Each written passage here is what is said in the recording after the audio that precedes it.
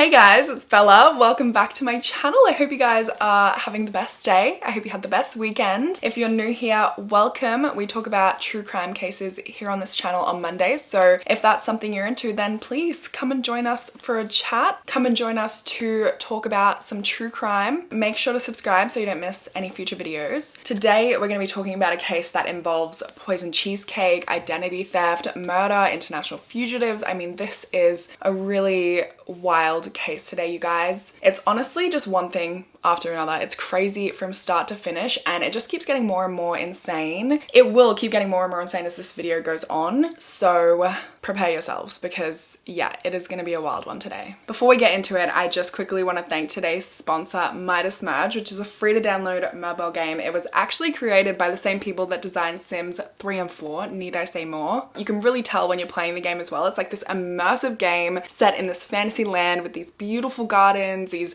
beautiful scenes, and the cutest little creatures ever. I named my favorite little guy after Mia because, I mean, of course, right? I miss that little dog so much, and I love having a little Mia here with me. And you discover more and more of these little guys as you play. There's over 200 of them, and basically you work with these cutie little creatures to restore the land that had been covered in darkness by the goddess Nyx. It's this whole storyline. You find out all of these clues and reasonings behind why Nyx did this, and I'll let you figure out the rest yourself. No spoilers here. You also get to shape, expand, and personalize your space, which I love. I love designing things, personalizing, making them pretty. I also love fantasy, so this game is really the best of all worlds. And the cherry on top is that you can play this game offline, whenever, wherever you want. I honestly find this game so relaxing. I think it's so much fun, and it's like having a whole little world right in your pocket. I think you guys would love it. So if you want to try it out, then you can either scan the QR code, which I'll have on the screen, or you could also click the link. I'll have the link on the screen, but I'll also have it in the description if you want to see it for longer, type it out, click it, whatever. I'll have all of the information down there as well, so make sure you check that out. And let's go ahead and get into today's video. So Alla Aleksenko lived in Krasnodar in Russia, which is a popular tourist town because it's near the Black Sea, and it's about 750 miles or 1,200 kilometers from Moscow. She had 2 children, 1 daughter, 1 son. She raised them by herself, and she worked 4 to 5 jobs in order to provide for them. I mean, of course, she loved her children, and she just wanted to give them the absolute best that she could. In 2007, her daughter Nadia moved to New York for college, and despite living on other sides of the world, they remained very, very close. They spoke on the phone every single day until the 5th of October in 2014 when Alla didn't answer Nadia's phone call. Alla was 54 years old by this point, and Nadia was immediately concerned. As soon as, she couldn't get in contact with her on this day, she just kept calling her over and over and over again all day. She said that she called her over 100 times that day. And it really is just a testament to how close they were, because she knew that something was seriously wrong just from the fact that her mum didn't answer her phone call on this one day, because it really is the one and only day that she didn't answer her call in the last, 7 years since she'd moved away. Now, in recent months leading up to this time, Alla had become really close with one of her neighbors who lived in the same apartment building as her. Her name was Viktoria Nasyrova, and she was 38 years old at this time in October of 2014. Alla was described as a very trusting person. She was very sweet. She welcomed Viktoria with open arms, and they pretty much became best friends. They were definitely an unlikely duo with, the age difference. Their personalities also could not be more different. Like I said, Alla was very hardworking. She was humble. She was very sweet. And Viktoria presented herself like this, glamorous Hollywood star, very materialistic, like just 2 completely different ends of a spectrum. So after the day has passed and Nadia still hasn't heard from her mum, she decides to reach out to Viktoria because, they're really close. She knew that they had plans to meet up from all of her previous phone calls over the previous days with her mum. So she's thinking, she might know why her mum's not answering, where her mum is, what happened, like what's going on, the whole shebang. So she calls Viktoria, and on the phone, Viktoria says, yeah, I saw her yesterday, we had tea, then I went home and she went on a trip with some friends. So maybe her phone just died while she was on this trip. Honestly, by the time Viktoria gets off this call, she's even more concerned about her mum than before she called Viktoria. She doesn't believe a word that Viktoria said on the phone call, and to be honest, she thinks now that Viktoria has had something to do with the fact that Alla has, gone MIA and she's really just disappeared for a few reasons, right? The first being that shortly prior to Alla's disappearance, right, just a month prior in September of 2014, Alla called Nadia and she's like, you know, Victoria is planning a trip to New York, so I've given her all of these valuables to bring over and give to you when she gets there. So she had given Victoria 2 mink fur coats and $6,000 to go and give to Nadia when she got to New York. Days went by, Victoria still hadn't left for her trip. Days turned into weeks, and Alla started getting really concerned that she just actually was never going to go on this trip and she was just going to take the valuables, right? She was concerned that she wasn't going to get the mink coats back, that she wasn't going to get the $6,000 in cash back. And she called Nadia to tell her about the concerns. She's like, I don't know what to do. You know, this is like stressing me. Anyway, on the 4th of October, 2014, Alla calls Nadia and she's like, I've spoken to Victoria, I've worked it all out. She's not going to go to New York anymore, but she is going to come over and she's going to give me all of my valuables back. And this, of course, was the day before Alla went missing. You know, 5th of October, the very next day, she just goes MIA. She stops answering her phone. Nadia cannot for the life of her get in contact with her mum. So it's just a very sketchy coincidence, right? Also at this point in time, Alla had just come into quite a lot of money. Her mum had passed away and left her the house. She sold her mum's house for 5 million rubles, which is about $53,000, or that's how much money she got from the sale. And she kept this money along with some other money that she had been saving herself hidden in her apartment. Alla also had a boyfriend, and her boyfriend had been living with her in her apartment, which Victoria clearly didn't like. She was trying to break them up. She wanted Alla to break up with him and kick him out of the apartment. And she even sent Alla a anonymous text message basically saying, look, you're in danger. Your boyfriend's a scam artist and he wants all of your money and your apartment. And like I said, it was an anonymous message. Alla didn't know that it was from Victoria at the time, but it was later proven. They traced that text and they traced it to Victoria. She had been the one to send it. Although at the time this was going on, it was still an anonymous text. Nadia just had a feeling it was from Victoria because Victoria, you know, Alla and Nadia were very close. They spoke every single day. Nadia knew about all of this stuff that was going on. She knew Victoria didn't like the boyfriend. Victoria actually succeeded and got Alla to break up with her boyfriend and kick him out. She had also been trying to isolate her from her friends, like talking badly about her friends and her family and the boyfriend and just isolating her. And Nadia knew about all of this. She had been reading between the lines of what Alla had been telling her, and she just thought something was really sketchy about Victoria. She had a bad feeling. She knew something fishy had been going on. So Nadia decides to get online and she gets a hold of her mum's call log, and she finds from looking at this call log that the last person her mother spoke to was Victoria. And this was at 11 p.m. on the 4th of October. So just the night before she went missing. And this pretty much cements for her that something bad has happened to her mum and Victoria is likely involved in some way. After this discovery, she drops everything and she immediately packs a bag and gets on a flight from New York to Krasnodar in Russia to investigate and get to the bottom of what has happened to her mum. As soon as she lands in Russia, she calls up the Russian police and she reports her mum missing, and she tells them that she believes this woman, Viktoria Nasyrova, is involved. And so the police head to the apartment building which Victoria and Alla lived in. She was also on her way to that apartment building, and on her way she called up Victoria and she told her to meet her out front of the building. So she gets there, Victoria comes out, she immediately goes over to Victoria and she grabs her in this like aggressive bear hug, which she later said in an interview she was communicating with this bear hug like, tell me what has happened to my mum or I'm basically gonna choke you to death. Victoria pushes her away and just starts yelling, she's alive, your mum's alive, which, you know, interesting thing to say. At this point, Nadia had not accused her of having anything to do with her mum's disappearance. She didn't even indicate that her mum was dead at this point. So for Victoria to just start going, she's alive, your mum's alive, very fishy. Nadia thought so as well. She said at that moment, she knew that Victoria had done something to her mum because it was just such like an out of the blue comment to be like, she's alive. It's like, yeah, well, I didn't say she was dead. So that's strange. At this point, Victoria, you know, she gets out of the bear hug and she just, as all innocent people do, she runs away and she runs into her apartment, she locks the door, but little does she know that Nadia has already called the police. So the police go up, They let themselves into her apartment and they questioned her. And at this point, it's been 3 days since anybody has heard from Allah. There's been no word from her. There's been no activity on her phone whatsoever. But Viktoria managed to convince the police that, Allah had just gone on a trip with her friends. Her phone had probably died. She didn't know what had happened to her. If something had happened to her, she had no involvement, and that was it, and the police left. While they had been questioning her, Nadia had gone into her mum's apartment, and the first thing she noticed is that the place was spotless. Like, even the fridge, it was a stainless steel fridge, and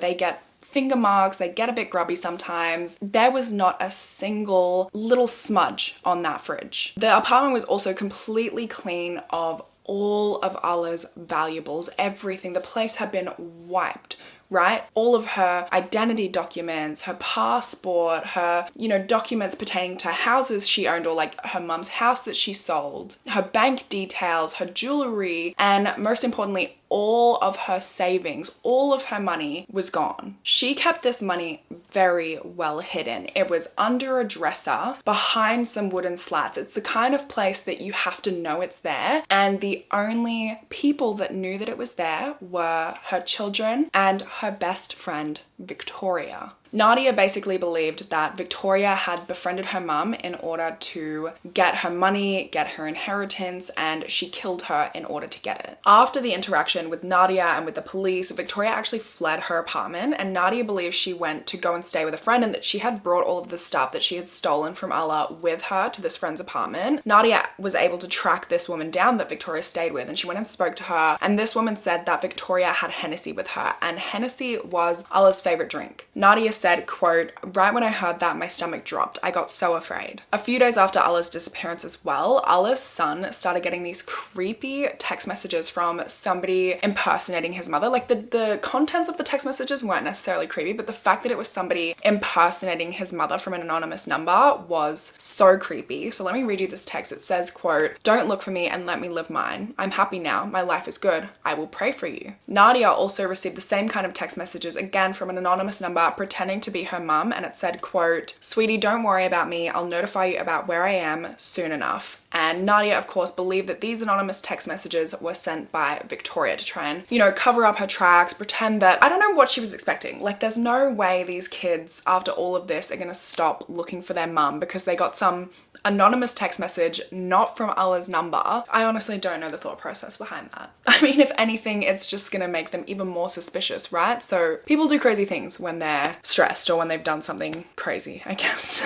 Nadia went to the police with all of this information and they just did not care. They basically said to her, look, relax. She's gonna come back, stop stressing, which of course Nadia is not gonna do. She put her life on hold for the next 6 months, stayed in Russia, she put her work on hold, her whole life back in New York, and she stayed in Russia for the next 6 months to investigate her mother's disappearance. She hounded the police, basically begging them to look into the case, begging them for updates, and instead of doing anything on this case, instead of looking into Allah's disappearance, they thought that their time would be better spent coming up with nicknames for Nadia, and they started referring to her as the crazy American daughter. It was clear that she was on her own in looking for her mum, and so she started posting flyers. She drove thousands of miles all around the country looking for her mum. At one point, she got a tip off that her mum was in this hospital, so she drove 6 hours out to this hospital and, it was a dead end. Her mum wasn't there. She texted Viktoria at one point even and said, quote, "I give you everything, my apartment, money, you name it. Please just give me my mum back." Then one day while she was driving around Russia, she was driving along the highway, she saw a traffic camera and she thought, surely a traffic camera, if Viktoria has taken my mum somewhere, which she had to have taken my mum somewhere, surely one of these traffic cameras picked up on them. And she also said that basically in Russia you can buy anything you want for the right price. So she was able to pay for and obtain all of the traffic camera footage within 100 miles of her mum's apartment. And she started going through these one by one, checking for the day of her disappearance, checking for any sort of footage of Viktoria or her mum. And that is when she stumbled across footage of Viktoria driving a car. She had somebody in the passenger seat, and this person in the passenger seat was slumped over and appeared to be unconscious or dead. And you know, it's like surveillance footage. It's from a traffic camera, so it's pretty blurry, but she knew immediately that that person in the passenger seat was her mum. And this footage of her mum and Viktoria in the same car was from 10 a.m. on the 5th of October 2014, so the exact day that her mum went missing. Immediately, Nadia takes this information straight to the police. She's like, look, this is Viktoria, this is my mum, this is from the day my mum went missing. And to her surprise, the police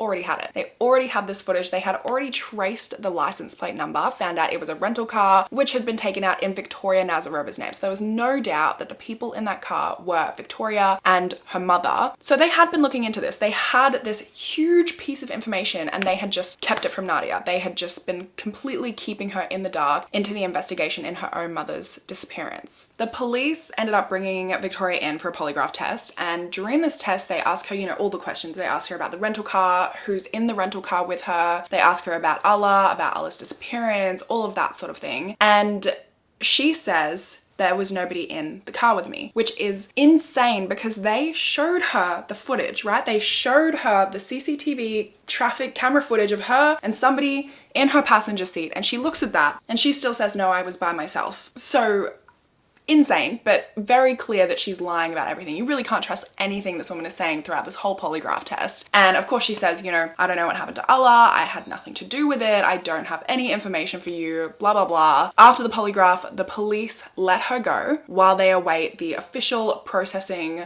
of the results of this polygraph, which can take, you know, up to 48 hours. And during this time that they're processing the results, she flees. She, you know, heads to Moscow. She gets a fake passport, heads to Moscow. From Moscow, she flies to Mexico. From Mexico, she flies to New York. So all of this is done before police get the results back, and then they get the results back and find that she had lied in every single question in this polygraph test. There wasn't even a brief moment in time where she told the truth about anything. And so now, of course, she's an international fugitive. Now, if you thought that Nadia, finding out that after all of this, after having to investigate her own mother's disappearance because the police mocked her, refused to help her, refused to keep her updated on the investigation, followed by Viktoria's failed polygraph test and her then proceeding to flee the country, wasn't enough, well, you would be sorely mistaken, because as it turns out, Nadia found out that one of the police officers working on the case had been having an affair and sleeping with Viktoria and deliberately stalling the case in order to protect her. He admitted to Nadia that he had sex with Viktoria for the first time the night after they searched Allah's apartment. And he said to her, and I quote, I had sex with her, but only after she murdered Allah. So, I mean, what a stand-up guy, what a gentleman. The fact that he was polite enough to wait until after she murdered Viktoria, I mean, what a man, right? Thankfully, he was let go a few months later. It took them a few months, which is still crazy to me, but they did let him go eventually because of these shenanigans. So Nadia remains in Krasnodar trying to locate Viktoria because they don't know that she's in New York at this point. All they know is that she's fled. They don't know where she is. So she's trying to locate her. She's trying to bring her mum to justice. And then about 6 months after she got to Russia, 6 months after Allah disappeared, she gets the news in April of 2015 that her mother's remains have been found. They were found 3 hours from Krasnodar in a remote wooded area in a place called Armavir. And it was clear that somebody had tried to get rid of the remains by burning her body. So it was just like a couple of charred bones that were left, really. Some charred bones and a skull. Nadia was called to identify the remains, and she was able to positively identify them as her mother because of the teeth. They were really the only recognizable trait left of Alla Alexenko, which, can I also add, is so remarkable that she was able to recognize her mum from her teeth. Nadia said in an interview that at first she said, quote, no, that's not her. It's just remains. Why are you showing me the bones? And then a few minutes later, I started looking at her teeth. So I basically recognized my mum by her teeth. Now, the place where Alla's remains were discovered, Armavir, actually happens to be the city where Viktoria grew up. And the way that they were able to recover these remains is they tracked Victoria's phone records from when she had been with Alla. So there was no doubt now that she was responsible for Alla's murder. And she was now, she'd obviously fled the country. She's now an international fugitive, and Interpol has put out a red notice for Viktoria Nasyrova's arrest, which basically means that police officers or law enforcement worldwide are requested to locate and provisionally arrest her. After this time, Nadia was given her mother's remains, and she said, quote, "When I went to Russia, they gave me 2 small boxes and said, 'It's your mummy.'" She had a funeral for her mum on the 2nd of December in 2015 in Russia, and then in January of 2016, she flew back to New York, and she said, quote, "I went back home and I didn't do anything for 3 weeks. Victoria took everything from me. My family, my life, my mum, everything." After weeks of, just not even leaving the house, just mourning and grieving her mother heavily, Nadia decided that she was going to get out there again. She was going to start looking for Victoria again to bring her to justice. And on a whim, she decides to hop on Facebook, type in Victoria's name, and she actually found her profile. And Victoria is just posting heavily all about her glamorous lifestyle, her travels, her diamonds, her furs, hundreds and hundreds of photos and selfies, all the while Nadia is at home grieving her mother, who this woman literally murdered. Which, tip 101, by the way, if you are an international fugitive on the run from police literally worldwide with an Interpol red notice out about you, what you should do is you should go on Facebook and you should post photos of everything, your whereabouts, what you're doing, selfies of yourself in certain locations. You should go on Facebook and post all of that because it's very inconspicuous, very mindful of trying to help the police find you. Nadia could see from Victoria's Facebook that Victoria was in New York, so she decided to pass on her Facebook page and all of this information she had found to US police and immigration. In an email, she wrote this to one of the ICE officers and said, quote, "I would love to know if there is any news about Nasyrova. It's been almost a year since I first contacted you in regard of my case. Please help or let me know if I can do anything. It's just very hard and stressful to live in your own country and be afraid to go places. You know she is a psychopath and I'm afraid for my life. Why I have to feel like I'm in a cage when she's here and enjoying her life after killing my mum." So Nadia decides to hire a private investigator, and she hires this guy named Herman Weisberg, and this guy is crazy, like in the best way. He is so good. He really is the reason that this case is now closed. He worked for the NYPD for 20 years before leaving and starting his own PI firm. When Nadia hired him, he started by going through Victoria's Facebook and just analyzing all of her photos for any clues on where in New York she might be. And there's this one photo in particular where he notices she's sitting in a car and she's wearing these reflective Ray-Ban aviators. In the selfie, in the background of the selfie, you could see the car behind her and you can see the black leather and the white stitching of the seats, and then in the reflection of the glasses you can see the dashboard of the car. With this information, Herman goes to a very busy train station in New York with a very big car park, so basically a place where he knows there would be hundreds and hundreds of cars parked, and he just walks through this car park looking for a car that has the same characteristics from Victoria's selfie. He just wants to find out the make and model of the car that she's been driving or the car that she's been in. And eventually he finds a car that has the exact same stitching, the exact same dashboard. So he finds the exact car she's been driving, and it's a Chrysler 300 sedan. So now he knows that she drives or knows somebody who drives that make and model of car. He then keeps going through all of her Facebook likes, like all of the businesses and pages she's liked on Facebook, and he notices that a lot of them are clustered around Sheepshead Bay. She's liking a lot of business pages from that area, and Sheepshead Bay is a neighborhood in Brooklyn which has a large Russian population. He then sends out a bunch of his investigators to Sheepshead Bay looking for 300 Chrysler sedans, and basically what they would do is they would just walk around Sheepshead Bay and they would scan the number plate of every single Chrysler 300 sedan that they found in the area. Eventually, when doing this, they scanned a number plate of one of those cars, and the title search came back as belonging to somebody who had a Russian sounding name. So they get the address of this person that this car belongs to. They go to that address. Herman goes to that address. When he gets there, he immediately recognizes the location as somewhere that he's seen on Victoria's photos. It's from like a selfie where she's, wearing those big reflective glasses again, and she's in front of this very building because you can see in the selfies a telephone pole and 2 manhole covers. And now that he's at the apartment, he's seeing this exact same telephone pole and 2 manhole covers. So it was clear to him that Viktoria lived at this apartment with the man who owned the Chrysler 300 sedan. Or she was at least dating this guy and with him a lot, because she is always at this location and in this car in a lot of her selfies on Facebook. When staking out this apartment for Viktoria as well, he ended up seeing Viktoria and her boyfriend in the flesh, and he said that he could recognize her by the clothes that she was wearing. So in her selfies on Facebook, or these photos of her on Facebook, she was always wearing this particular pair of boots, and when she walked past with her boyfriend, Herman saw the boots and he was like, that is Viktoria. And what's crazy about this and the fact that she is living in this apartment with her boyfriend is that this apartment was 4 to 5 blocks from where Nadia was living. So she has been under Nadia's nose this entire time, all while Nadia has been searching for her. They've probably passed each other on the street. They live that close together. So now that Herman knows where she lives, he starts looking into her, what she's been up to since she's been in New York, and he finds that she has been a very busy woman.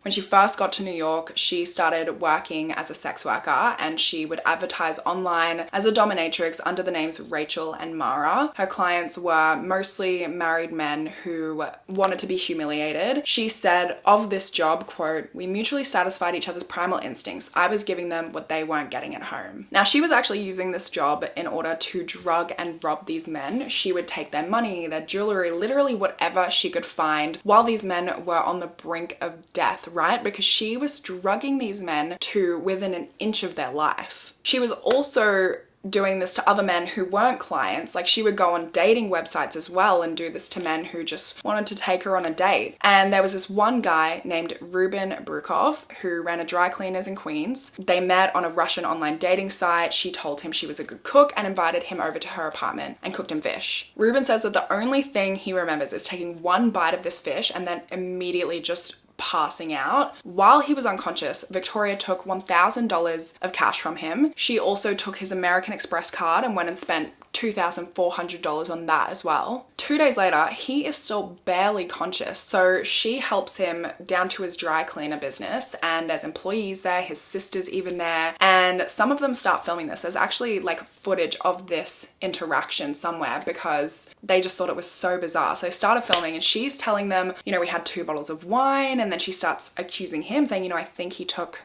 some pills, I think he took some drugs or something. She then clears out the cash register at the dry cleaners and she flees. 911 is called for Ruben because he is like I said, he's barely conscious. He is on the brink of death. He had to be taken out of the dry cleaners on a stretcher. That's how bad it was. Like, he said that he almost died. And there's also footage of him being taken out on the stretcher, but nobody could tell what had actually happened to him, not what had caused him to almost die. There were numerous tests on him and they couldn't find anything that they were testing for in his system. Another one of her victims in New York was a woman named Olga Zvik. She was a Ukrainian immigrant and had moved to New York in 2014 under political asylum. By 2016, she had been granted an employment authorization to legally work in the US, so she was working as an eyelash technician in Queens, and she also lived in Queens as well. On the 29th of August in 2016, her landlord called 911 to report that she was found unresponsive in her apartment. So he found her on her bedroom floor. She was dressed in lingerie and there were pills scattered all around her, and the heating in her apartment was all the way up, so it looked like she had overdosed. She was rushed to the hospital and thankfully she did make a full recovery, but every single drug that they tested for came back negative. They could not figure out what had caused her to suddenly fall so ill. Like, she was on the brink of death. If she was found any later, then she likely would have died. After a few days, when they really couldn't figure out what had happened to her and what was in her system, they discharged her and allowed her to go home. And when she got home, she found out that she had been robbed. Like, a bunch of her stuff was missing. Her ID documents, her employment authorization card was gone, and like pretty much all of her valuables, her jewelry, her handbags, all of her money, it was all gone. After getting home and, finding that everything was gone, bits and pieces of what had led up to her hospitalization started coming back to her, and all in all, she had a pretty good recollection. She told the police that one of the clients from her salon, a woman named Viktoria Nasyrova, had called her up on the 28th of August and basically demanded an emergency eyelash repair appointment because she had a trip to Mexico coming up in a few days and she just really needed it done that day. Olga told her, you know, look, it's my day off, I can't really do this. But, you know, Viktoria was persistent, and so eventually she relented and said, okay, I can do it, but I'll meet you in the salon. Viktoria was insistent that they do it at Olga's apartment. So eventually she gave in, and Viktoria showed up at her house with this little plastic container and 3 small pieces of cheesecake in it. Viktoria, in the months leading up to this, had really been trying to befriend Olga. So she was traveling all the way from Brooklyn to Queens just to get her eyelashes done by Olga. She was always, like, during her appointments trying to talk to her and get to know her and befriend her, and she was always trying to hang out with Olga outside of these appointments. At one point, a few weeks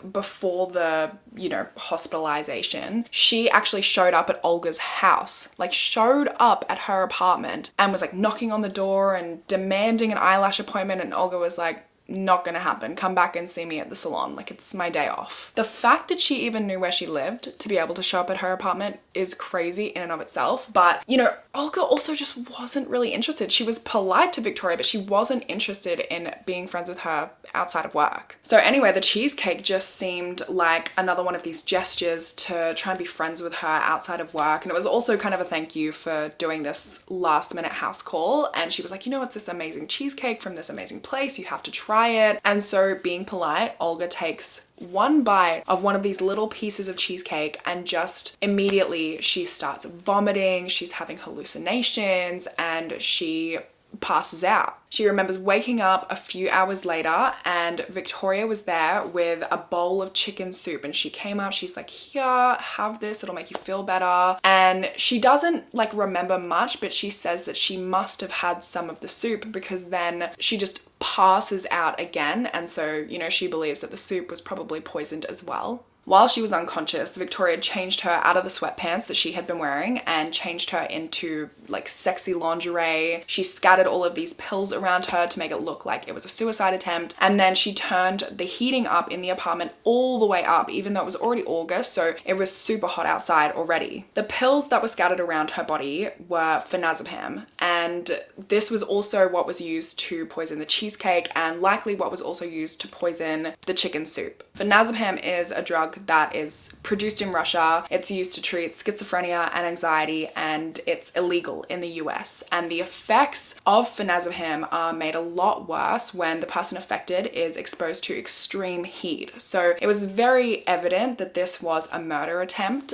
but why? So Olga goes into work and she's telling one of her clients about all of this, and her client says, no way, this is crazy, but I actually know a guy that this exact same thing happened to. Let me put you in touch. And she gives her none other than Ruben Borokov's number, and they got to chatting. Ruben sent Olga a photo of the woman that poisoned him, and it was, of course, Viktoria Nasyrova. Since Olga had gotten sick and was hospitalized, her sister Irina flew over to make sure that she was okay. And so, of course, they were all on top of everything that had happened. She knew about Ruben texting her, knew about Viktoria, and it's all adding up. And so her sister Irina ends up calling the police and reporting all of this to the police. The police immediately start investigating, and they go and talk to Olga's landlord who had called 911. He also lived in the same apartment as her because he was actually her friend's uncle, and it was like an arrangement they had set up when she first got to New York for her to have a place to live. He claims that on the morning of the 29th of August, he saw a woman matching Viktoria's description come by the house with a bowl of chicken soup. She went up to Olga's room, then she comes back downstairs to the kitchen, cleans the bowl, and she leaves. Then, after not hearing from or seeing Olga all day, he decides to go up and check on her, and that's when he found her unconscious and called 911. This is also the point where they ended up testing the cheesecake box and testing the pills that had been scattered around Olga when she was found, and confirming that it was in fact phenazepam. They also found some of Viktoria's DNA on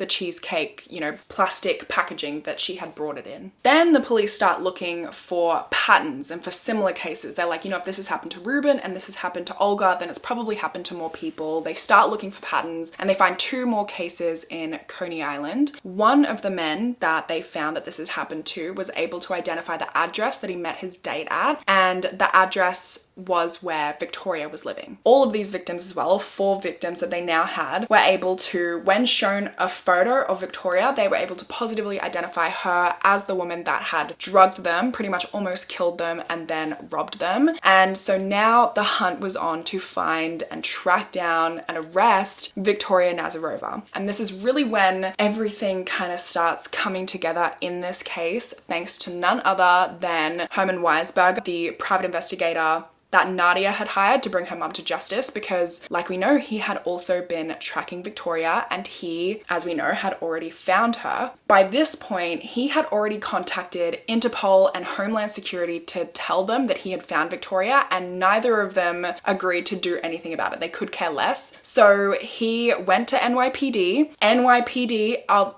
currently looking for this woman, and so they finally arrest her on the 20th of March in 2016. After her arrest, Detective Kevin Rogers from the Brooklyn branch of the NYPD gets a call about the arrest, and this is when it all clicks for him. He hears about Herman Weisberg and why he's looking for her and Interpol and everything, and it all clicks for him that she wanted to murder Olga in order to steal her identity. It's why she stole the documents, the passport, her IDs, her work authorization card. Is because she wanted to become Olga to escape the fact that she was an international fugitive wanted for murdering Alla Alexenko. And she and Olga actually did look quite similar. So she had obviously been seeking out somebody to steal the identity of. She somehow came across Olga and she was like, yeah, that's me. Victoria was charged with attempted murder for the attack on Olga, as well as assault and grand larceny. She was held on remand at Rikers Island Prison while awaiting trial, where in 2017 she spoke with a journalist and denied having any involvement in Alla's murder. And then when asked about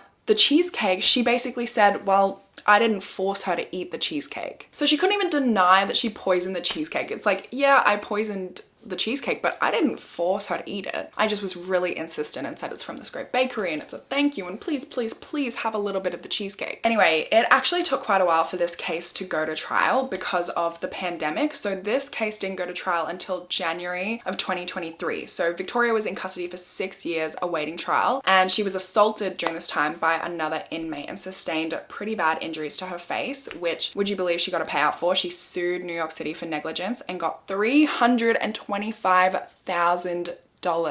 During Victoria's trial, Nadia was there every single day, even though no evidence of what happened to her mother Alla was allowed to be presented, no evidence of her crimes back in Russia, but she was able to take the stand at one point, and she was very emotional, and I believe she sort of heavily implied what had happened to her mother. There were, however, a ton of witnesses who were able to take the stand, Ruben and Olga included, and while Olga told her story, Victoria just smiled at her the whole time. Victoria never took the stand herself and declined to answer any questions. Her defense also didn't call a single witness to the stand to help them prove Victoria's innocence, probably because they couldn't find one for the life of them. I mean, even her boyfriend that she had been living with at the time that Herman Weisberg found them, she ended up stealing from him as well. And then she also killed his pet beagle, Joey. And pets are like family, and she was getting jealous of how much attention he was giving his dog. And so on the dog's birthday, she killed it. The trial lasted a week and a half, and thankfully she was found guilty of attempted murder in the second degree, assault and larceny. During sentencing, her attorney asked the judge for leniency, explaining that her young son had a debilitating disease which required a bone marrow transplant, and quote, she hadn't seen him in 8 years and she still hopes to reunite with him before this illness ends his life. She was sentenced to 21 years in prison with time already served, so it would end up being more like 15 years, meaning she'll likely be released in 2038 at the age of 62. And as she was guided out of the courtroom, she muttered "F you" to the judge. So